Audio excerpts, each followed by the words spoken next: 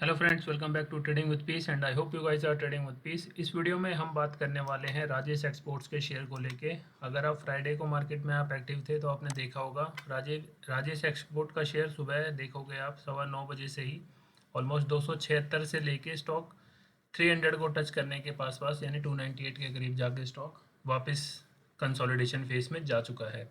तो इस वीडियो में हम डिटेल एनालिसिस करेंगे कि राजेश एक्सपोर्ट्स में हमें क्या अपॉर्चुनिटी नज़र आती है। ना ही बाइंग की मैं आपको एडवाइस दे रहा हूँ, ना ही सेलिंग की। जस्ट आप मेरी एनालिसिस समझिए। अगर आपको लगता है कि एनालिसिस में दम है, आपका बैक टेस्ट उसको सपोर्ट कर रहा है, तो then you can think of कि इसमें क्या करना चाहिए। अगर हम राजेश एक्सपोर्ट के चार्ट को देखते हैं, अगर हम वन डे के टाइम फ्रेम पे देखते हैं तो आपको दिखेगा स्टॉक में एक ज़बरदस्त सेलिंग आ चुकी है। वीक में अगर आप देखोगे तो इसमें पूरा क्लियर कट आपको समझ आता है कि 1000 रुपये के लेवल यानी 1031 के लेवल पे स्टॉक गया और वहाँ से आप देखोगे कंटिन्यूस लोअर लोज लगाता हुआ स्टॉक ऑलमोस्ट 260 के करीब आके स्टॉक ने दम लिया है। अब अगर चार्ट के माने, अगर हम चार्ट के उस पर चलते हैं कि चार्ट क्या दिखा रहा है, तो चार्ट ने हमें ये बताया है कि ये रेंज इसकी एक बहुत अच्छी सपोर्ट बन चुकी है। अब कई लोग बोलेंगे ये बॉटम बन गया है, कोई कुछ है, तो देखो ना, बॉटम हम बॉटम फिशिंग की बात करते हैं, ना ही हम कभी ये बोलते हैं कि अब ये राइट टाइम है। हम जस्ट एक एनालिसिस करेंगे। एनालिसिस के बाद अगर हमें समझ आता है कि हाँ ठीक है, हम एक छोटा सा एसएल लगा के ट्रेड करेंगे, और अगर उसके बाद हमें लगता है कि हमारे एसएल हिट होने वाला है या हो चुका है, तो कोई नहीं, मार्केट इज़ सुप्रीम। उसके बाद हम फिर से एक अच्छी अपॉर्चुनिटी के लिए या तो स्टॉक को फ्लिप करेंगे, या अगर उसी स्टॉक को आपको ट्रेड करना है तो उसमें फिर से हम एक अच्छे वॉच लिस्ट दोबारा अच्छी एनालिसिस के साथ आएंगे। तो अभी राजेश एक्सपोर्ट का अगर हम बात करें तो ये रेंज इसकी बहुत इंपॉर्टेंट एक सपोर्ट बन चुका है। वीक की बात कर रहे हैं तो आप ये देखोगे 25/3 यानी 25 मार्च 2024 को इस रेंज को टेस्ट किया था और उसके बाद से स्टॉक ने कुछ भी मोमेंटम नहीं किया। तो इसका मतलब ये है कि जो बायर्स हैं, जो सेलर्स हैं, वो इस रेंज में आके फंस चुके हैं। सेलर्स को और मौका मिल नहीं रहा है। और यहाँ पे देखोगे आप, एक बायर्स ने एक अच्छी खासी इंगल्फिंग कैंडल जिसे बोलते हैं वो दिखाया था अप्रैल 2024 के फर्स्ट वीक में, और उसके बाद से स्टॉक लगातार कंसोलिडेशन फेस में ही बोलूँगा मैं ये। बट अब जिस हिसाब से इसमें परसों यानी जो अपना फ्राइडे वाले दिन में जो अच्छा वॉल्यूम आया है, तो उसके अकॉर्डिंग अगर मैं आपको बताऊं तो मुझे इसमें नज़र आता है कि एटलीस्ट इसको अभी अपने जो प्रीवियस लेवल थे यानी 308 का ये लेवल था, इस रेंज तक तो आएगा ही आएगा स्टॉक। अगर सब कुछ ठीक रहा है, अगर स्टॉक की मर्जी है, यानी अगर स्मार्ट मनी चाहती है कि स्टॉक अब कंसोलिडेशन फेज से बाहर निकले, तो इसका फर्स्ट टारगेट तो 308 के करीब रहना चाहिए। और ये जो हमने रेंज बनाई है, ये रेंज हमारी हमेशा सपोर्ट में तो रहेगी ही रहेगी।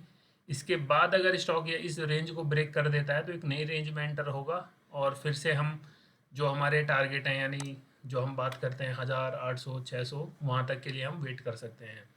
अब वेट कैसे करेंगे? वेट करने के लिए हमें स्टॉक के फंडामेंटल देखना पड़ता है कि जिस स्टॉक को मैं होल्ड करके बैठा हुआ हूँ, देखो ऐसी कोई बात नहीं है। आजकल सबसे मेन, अगर जस्ट 5-10 सेकंड लूँगा आपके, कि आजकल लोगों को चाहिए कि मैं आज स्टॉक खरीदूं, मुझे कल 5% 8% या 15% यानी एक वीक में इतना मिल जाए मेरा पैसा, तब तो स्टॉक मार्केट ठीक है।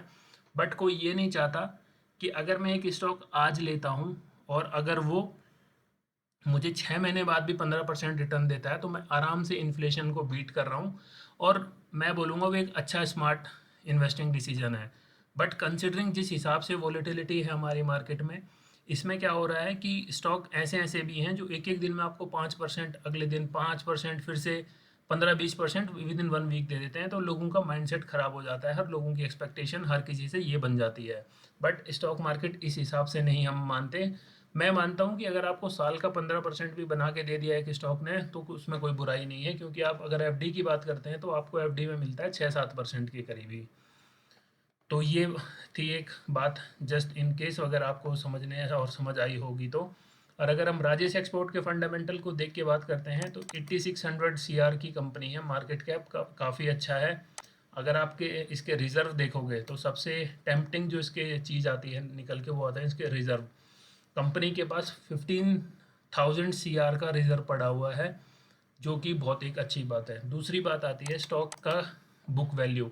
अपने बुक वैल्यू से स्टॉक आज भी 516 का स्टॉक का ही बुक वैल्यू है, और 291 300 के आसपास ट्रेड कर रहा है। तो इसका मतलब आप समझ सकते हो कि स्टॉक अभी भी अंडर वैल्यूएशन पे चल रहा है। और अगर आप कंपनी के बिजनेस की बात करो तो company jewellery, refinery, manufacture, exporter में है, यानी गोल्ड का काम है। कंपनी का बिजनेस जो हम बोलेंगे वो गोल्ड रिलेटेड ज्वेलरी का है। और जो इनके शोरूम्स हैं, इनके शोरूम्स की जो आप देखोगे आउटलेट, रिटेल आउटलेट, वो है शुभ ज्वेलर विद 82 शोरूम्स इन कर्नाटका। तो साउथ इंडिया की आप बोलोगे इनकी काफ़ी अच्छी रीच है, काफ़ी अच्छा पकड़ है वहाँ। और ये इनका पूरा मैन्युफैक्चरिंग कैपेसिटी है। और इन नटशेल अगर हम बात करें तो jewellery, gold jewellery related Rajesh exports का काम है। अगर हम बात करते हैं इसके क्वार्टर्स की, क्वार्टर ऑन क्वार्टर सेल हो भी रही है कंपनी की या रुक चुकी है, क्योंकि देखो आपको ये समझना बहुत ज़रूरी चाहिए। अगर आप किसी स्टॉक को होल्ड कर रहे हो तो अगर उस कंपनी की सेल्स बढ़ रही है, हो सकता है प्राइस ना बढ़ रहा हो स्टॉक का, बट अगर उसकी सेल्स अच्छी हो रही है, उसके प्रॉफिट अच्छे हो रहे हैं, तो then you can think of कि हम उस स्टॉक को अपने पोर्टफोलियो में होल्ड कर सकते हैं। बट अगर आपको लग रहा है कंपनी की सेल्स घटती जा रही है, नेट प्रॉफिट घटता जा रहा है, तो वो एक चिंताजनक विषय होता है। तो वो एक आपको रखना चाहिए अपने बैक ऑफ द माइंड। तो अगर हम इसके P&L की बात करते हैं ईयर ऑन ईयर, 2013 से लेके 2024 तक आप देखोगे, जो लास्ट मार्च 24 का है इसका सेल्स, वो देखोगे आप 2,80,000 करोड़। तो अगर हम नेट बात करते हैं तो ऑपरेटिंग जो प्रॉफिट आता है कंपनी का 308 करोड़, 328 CR का इसका नेट प्रॉफिट आता है। तो ये एक रीज़न ये भी हो सकता है कि जो आप देखोगे 23 और 24 में जो ड्रास्टिक इसके नेट प्रॉफिट में गिरावट आई है, बिकॉज ऑफ इनके ऑपरेटिंग प्रॉफिट की वजह से जो इनके खर्चे बढ़े हैं उसी उसके हिसाब से। और अगर आप खर्चे भी देखोगे तो खर्चे का आपको साफ साफ नज़र आएगा यहाँ पे कि मटेरियल कॉस्ट की ज़्यादा इसमें खर्चे आते हैं। अब अगर हम बैलेंस शीट की बात करते हैं, अब बट ओवरऑल अगर मैं बात करूँ तो अभी भी कंपनी प्रॉफिट में है।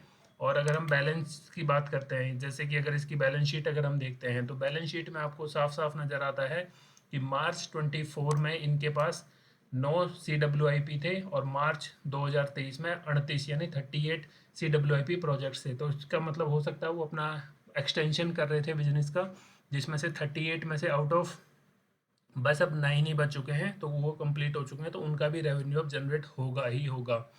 और अगर हम इन्वेस्टर्स की बात करते हैं तो प्रमोटर्स ने देखो आप अपनी कंपनी पे ट्रस्ट रखा हुआ है। अपनी कंपनी के स्टेक अगर आप देखोगे तो कंटिन्यूस उन्होंने अपने कंपनी के स्टॉक्स खरीदे भी हैं, देखोगे 54.55% प्रमोटर्स के पास है। अगर आप FIIs DIs देखोगे तो ये हमारे पास आता है। तो FIIs देखोगे आप, धीरे धीरे उन्होंने इसमें अपना स्टेक बढ़ाना शुरू किया है जून और सितंबर के क्वार्टर में।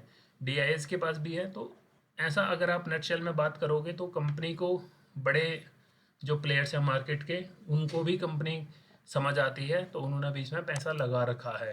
तो ये तो एक हमने फाइनेंशियल्स की बात करी। अगर हम देखेंगे इसके पूरे फाइनेंशियल्स को, बुक्स काफ़ी क्लीन नज़र आती है, बट जस्ट एक जो हमने यहाँ पे बात की थी नेट प्रॉफिट और जो इनकी ऑपरेटिंग प्रॉफिट को लेके, ये एक थोड़ा सा जो इसके फाइनेंशियल्स को सपोर्ट नहीं कर रहा था, वो तो ये है।